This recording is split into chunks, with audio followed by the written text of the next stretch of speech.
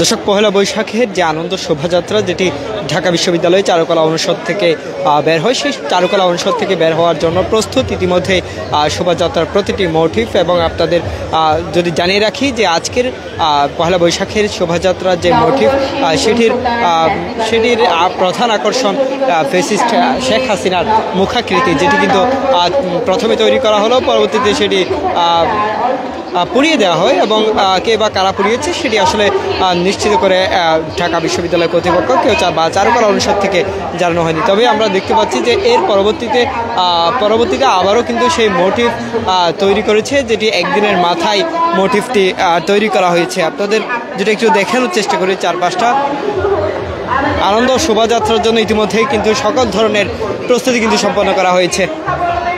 সংস্কৃতি নিজস্ব ধ্যান ধারণা থেকে আমাদের এই নববর্ষ পালিত হয় প্রতি বছরের নয় এবারও আমাদের এখানে চারুকলার আয়োজনে আমাদের এখানে মঙ্গল শোভাযাত্রা হচ্ছে।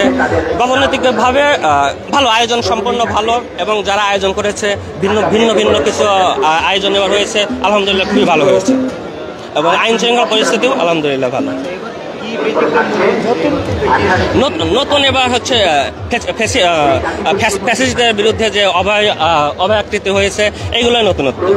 আর আরো কিছু যেমন ঘোড়া, তারপরে ঢোল, আরো বেশ কিছু আয়োজন আসছে, খুবই ভালো লাগছে। আমার নাম নয়ন।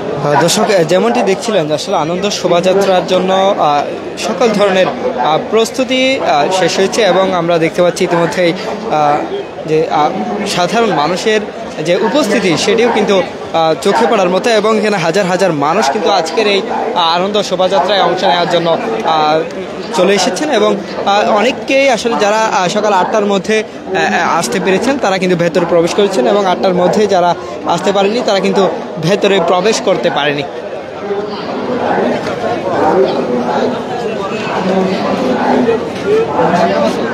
দর্শক, আপনারা দেখানোর চেষ্টা করছি যে প্রধান আকর্ষণ যে ফ্যাসিস্ট শেখ হাসিনার যে মুখাকৃতি সেটিকে পুনরায় বানানো হয়েছে, তৈরি করা হয়েছে, এবং এর পেছনে আমরা দেখতে পাচ্ছি যে বাঘের একটি ছবি, এরপরে যে ইলিশ, এছাড়া শান্তির প্রতীক পায়রা কিন্তু পেছনে রয়েছে। এবং একেবারে বলা চলে যে সকল ধরনের প্রস্তুতি কিন্তু ইতিমধ্যে সম্পন্ন করেছে চারুকলা অনুষদ। এবং